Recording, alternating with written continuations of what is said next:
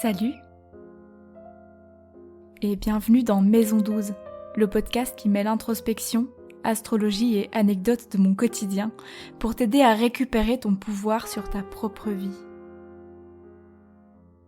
Dans ce podcast, je te propose de m'accompagner dans mes questionnements personnels et universels et de voir si, ensemble, on arrive à cheminer vers une vie encore plus épanouie. Bonne écoute!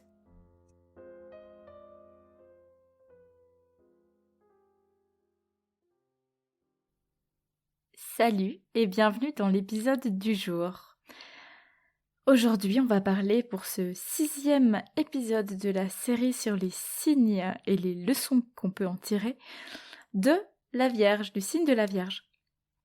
Donc, les deux éléments importants que j'ai à vous dire avant de commencer, c'est premièrement qu'il existe un épisode d'introduction pour cette série sur les leçons du signe.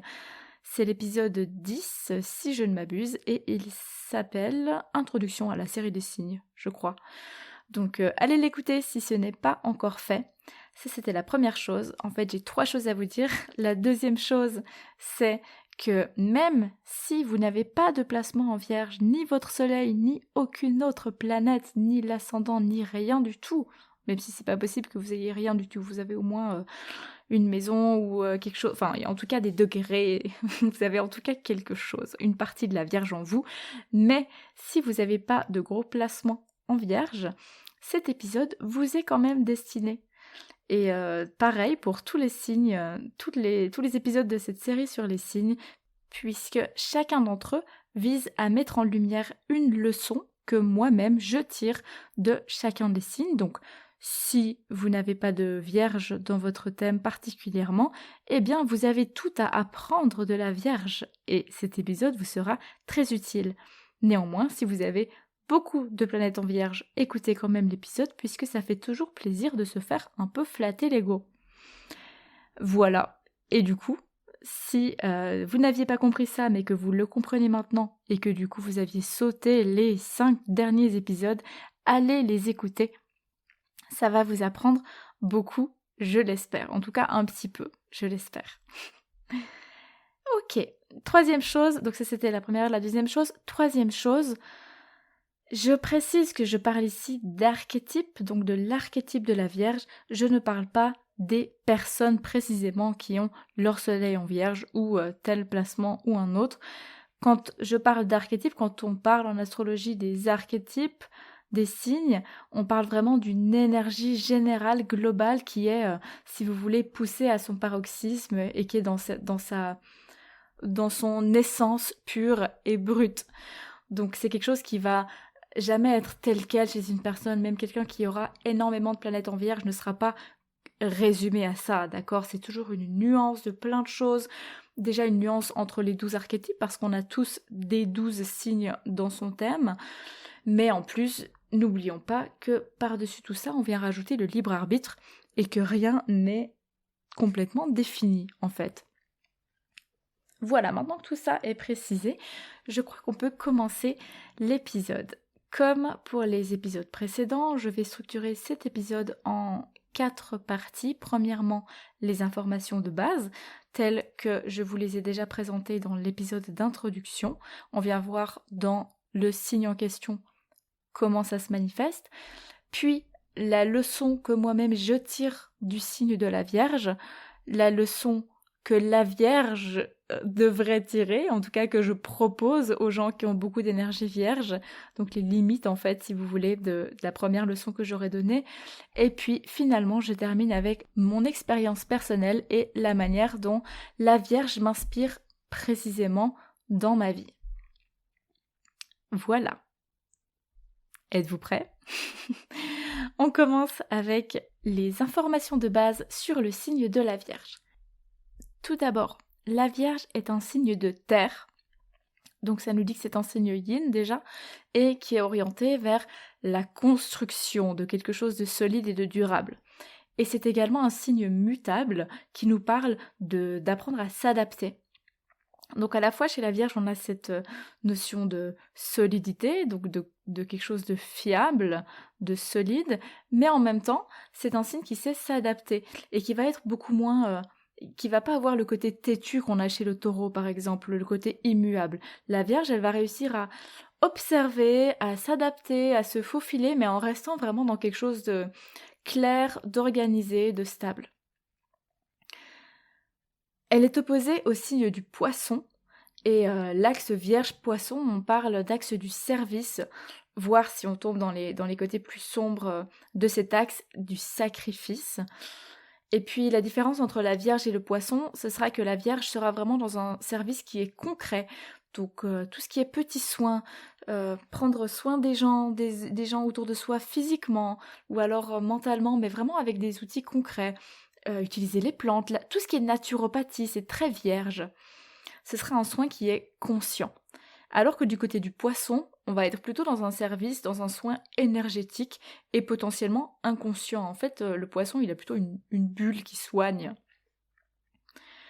La Vierge, elle est gouvernée par la planète Mercure, donc comme le Gémeaux, pardon, mais vous voyez que chez le Gémeaux, on avait vraiment ce côté ludique, jeu intellectuel, jeu du cerveau, si vous voulez. Chez la Vierge, on est vraiment plus dans le côté analytique, compréhension des choses. Je lis une situation, je la comprends, j'agis en conséquence. On est moins dans l'amusement qu'on pouvait trouver chez le Gémeaux, le côté ludique. Les caractéristiques de la Vierge, donc, ce serait vraiment d'être un signe qui est pragmatique, principalement, qui a une compétence de planification incroyable, mais qui reste axé sur le présent, qui n'est pas perdu dans l'avenir. La question que va se poser la Vierge dans ses actions, ce sera « Qu'est-ce que je peux faire là tout de suite pour améliorer mon quotidien de demain ?» Ou de dans 10 minutes, plutôt. Ça va être un signe qui est aussi organisé, donc, qui est très lucide sur les situations, qui a une capacité d'analyse, de lecture des situations qui est très forte. On va parler aussi de perfectionnisme pour la Vierge, et aussi d'une certaine... la Vierge va apprécier d'être en retrait, ne va pas, au contraire du lion dont on parlait la semaine passée, ne va pas du tout apprécier être dans la lumière. Elle va préférer rester, entre guillemets, les petites mains, rester dans l'ombre, faire les choses dans l'ombre. On retrouve ici un point commun avec le Scorpion. Vous verrez qu'on en aura d'autres, je crois, dans la leçon que je vous expose.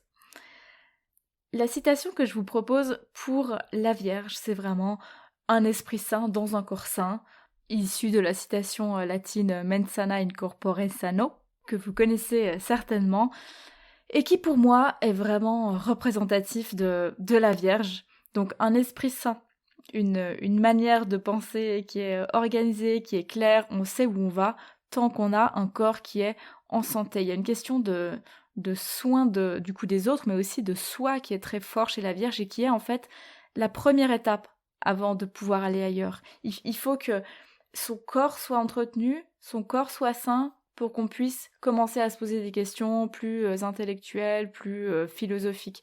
Et pareil, il va falloir que son appartement, son environnement soit rangé, soit propre, soit organisé, pour qu'elle puisse s'ouvrir au monde, pour qu'elle puisse aller construire quelque chose de plus grand dehors. C'est vraiment le petit pas, l'un après l'autre. On règle le premier point avant de passer au suivant. Et à chaque fois, on fait ça d'une manière très sérieuse et très puissante, en fait, pour moi. Vous allez le voir dans la leçon de la Vierge que je propose juste après. Donc, venons-y justement. Quelle leçon je tire de la Vierge? Et je vous propose aujourd'hui, c'est vraiment cette capacité à viser l'amélioration, le perfectionnement. C'est, je pense, la force principale de la Vierge. C'est une compétence qui a l'air peut-être un peu ennuyante comme ça, ou un peu fatigante mentalement, mais c'est une compétence qui est essentielle, je pense. Et même si on a l'impression que c'est très orienté vers le quotidien, la discipline, je crois que c'est quelque chose qui est essentiel quand on cherche le bonheur, quand on cherche à être heureux, quand on cherche une vie épanouissante, parce que ça implique qu'on se repose jamais sur ses acquis, qu'on cherche toujours à sortir de sa zone de confort, du coup, à l'augmenter, à l'agrandir, et en fait à améliorer le champ des possibles pour être heureux. C'est un peu, si vous voulez, la version quotidienne de l'ambition. C'est l'ambition, mais détachée de cette notion de vision lointaine et éloignée du présent, en fait. c'est la question, je vous le disais tout à l'heure, mais de qu'est-ce que je peux réaliser là tout de suite qui améliore soit ma situation, soit ma relation ou autre chose. Ça permet en fait d'atteindre dans sa vie un niveau de perfection qui peut être assez fou si on reste dans cette logique. Et c'est pour ça que les personnes qui ont de forts placements en vierge sont vraiment des gens qui sont des travailleurs hors pair. Ça doit être, en fait, je sais pas, oui, je dois avoir des collègues vierges, je sais pas, mais j'en ai parlé avec aucun d'entre eux. En tout cas, ça doit être incroyable de les avoir comme collègues, j'imagine encore plus de les avoir comme employés. En tout cas, avoir affaire avec des vierges au quotidien, c'est vraiment quelque chose d'agréable, c'est fluide, ça fonctionne bien, c'est organisé, c'est efficace en fait. Il y a cette notion d'efficacité vraiment. Donc l'archétype de la Vierge incarne aussi une détermination à accomplir les choses. On retrouve là encore des liens avec le Scorpion dont on parlera dans quelques semaines. Et il y a chez la Vierge cette notion du ici et maintenant qui fait que ça fait pas du tout des personnes qui vont tomber dans la procrastination. Au contraire, elles vont avoir une facilité à s'attaquer aux tâches du quotidien, alors que le poisson, qui est opposé à la Vierge, il aimerait au contraire oublier tous ces petits trucs du quotidien pour pouvoir se consacrer son énergie, son temps à des grands rêves lointains. Donc même pas forcément à les concrétiser, mais disons à les rêver encore plus.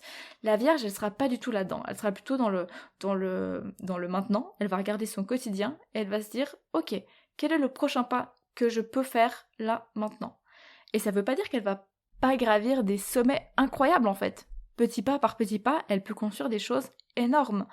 Mais elle le fait pas à pas, consciemment, avec une maîtrise et une qualité d'exécution qui sont exemplaires. Maintenant, quelles sont les limites de cette leçon-ci et à quoi la Vierge doit faire attention? Pour moi, et ça me paraît assez évident, surtout dans notre société actuelle, où je pense que c'est quelque chose d'assez fort, avec cette capacité à viser la perfection, attention à la surcharge et à des fois réussir à se lâcher la grappe en fait. Il faut aussi savoir se contenter de rendre quelque chose d'imparfait, de se satisfaire de quelque chose d'imparfait. Parce que, bon déjà, rien n'est jamais parfait, ça peut être un travail infini en fait, mais j'y vois aussi deux risques. Premièrement, on peut soi-même s'épuiser dans cette quête. Je veux pas prendre de raccourci médical, toute proportion gardée, je ne suis pas médecin, mais l'image du burn-out me paraît quand même assez évidente pour illustrer à l'extrême cette problématique de la recherche de perfection qu'on peut retrouver avec l'énergie de la Vierge. Donc ça va être important d'apprendre à lâcher prise avant d'atteindre ce point de non-retour ou des équivalents en fonction des contextes. Et chez la Vierge, qui est gouvernée par Mercure, je le rappelle, ça peut aussi se manifester par une certaine anxiété ou une suragitation mentale. Donc attention à cet écueil-là.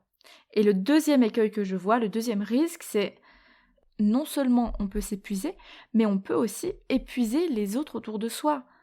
Et premièrement, c'est pas cool parce que ça les épuise, après c'est aussi peut-être à eux d'apprendre à dire non, mais en fait, le moment où ils vont dire non, peut-être qu'on va se retrouver seul et perdre une partie de son entourage ou perdre du soutien, en fait.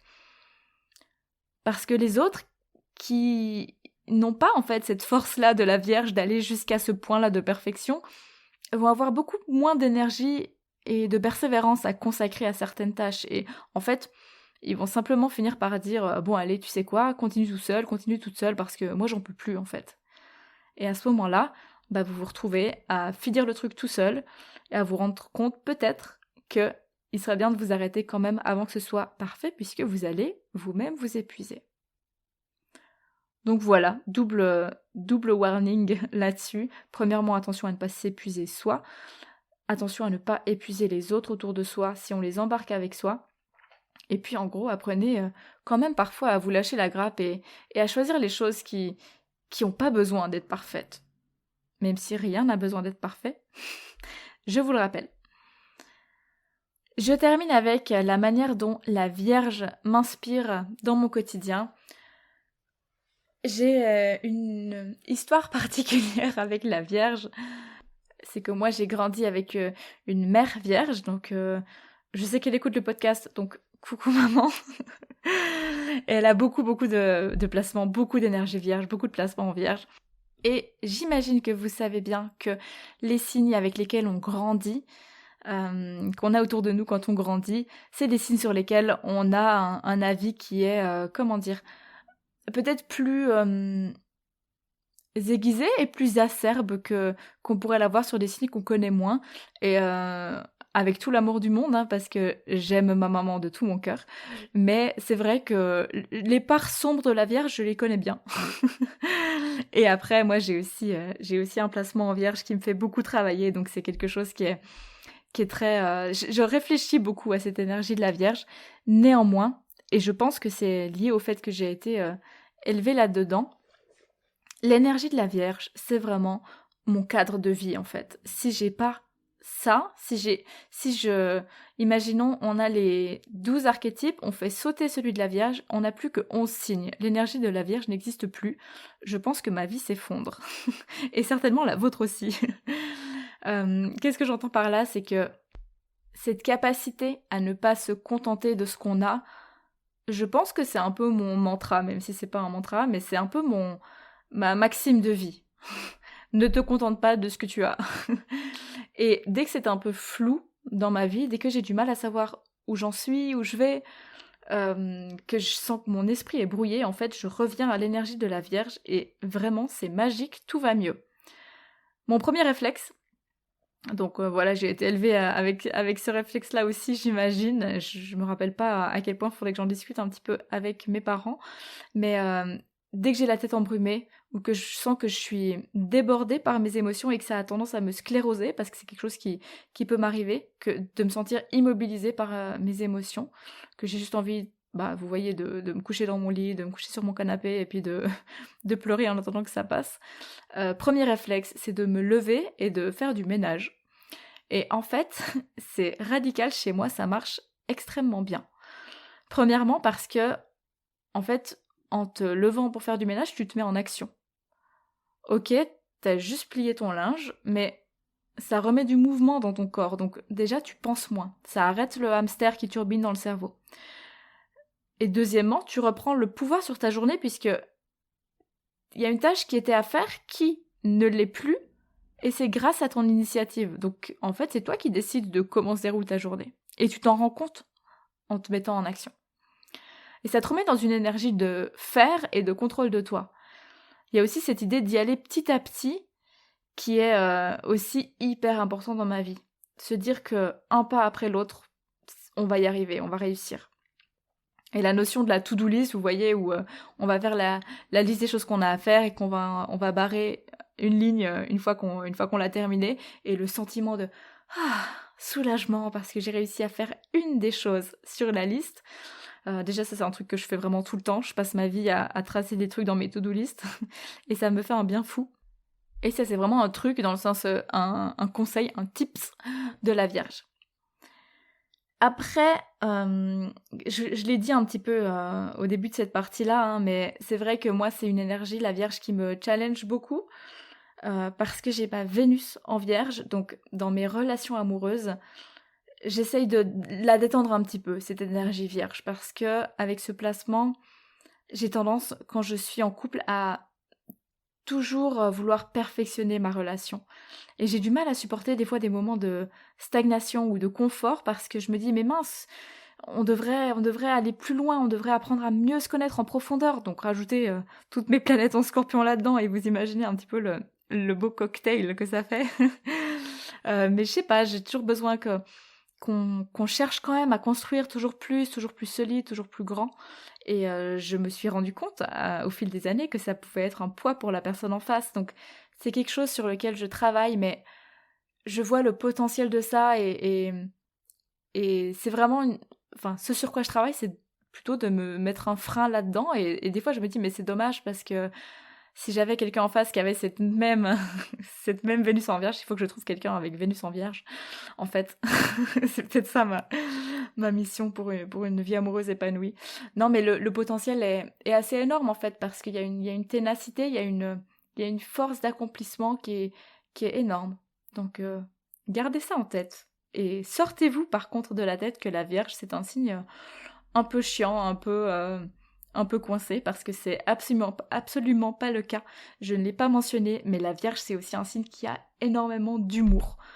Si vous avez des personnes du signe de la Vierge autour de vous, vous le savez. C'est des gens qui savent mettre le petit mot là où il faut pour faire éclater de rire. C'est les meilleurs pinces sans rire du zodiaque. Et voilà, j'espère que ce petit tour de l'archétype de la Vierge selon ma perspective vous a parlé.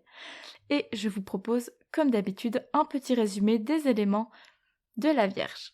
Donc, la Vierge, c'est un signe de terre qui est mutable. Il est opposé au Poisson. On parle de l'axe des services. C'est un signe qui est gouverné par Mercure. C'est un signe qui nous parle de pragmatisme, de planification, mais aussi beaucoup de présent, de lucidité, d'analyse, de perfectionnisme et de perfectionnement, et aussi de capacité à se mettre en retrait. La citation que je vous propose pour la Vierge, c'est « Un esprit sain dans un corps sain ». Et puis la leçon que je vous propose, c'est « Viser le perfectionnement », mais attention à ne pas tomber dans la surcharge. Voilà, ça fait le tour de cet épisode. Je vous invite, si l'épisode vous a plu, à le partager avec les gens à qui ça vous a fait penser, donc soit qui ont une belle énergie de Vierge que vous voulez réveiller ou souligner en leur partageant cet épisode, ou alors à celles et ceux que vous pensez qui pourraient s'inspirer de ces leçons, des leçons de la Vierge. N'hésitez pas aussi à venir m'envoyer un petit mot sur Instagram. maison12.podcast, c'est le nom de mon compte Instagram. Ça me fait toujours extrêmement plaisir d'échanger avec vous. Je le disais dans l'épisode dernier, on est toujours seul derrière son micro et c'est vrai que ça vient vraiment réchauffer le cœur et donner du sens à ce projet quand vous m'écrivez, quand j'ai l'occasion d'échanger un petit peu avec vous et de voir un peu qui se cache derrière les oreilles que j'imagine et que je vois sur les tableaux de statistiques.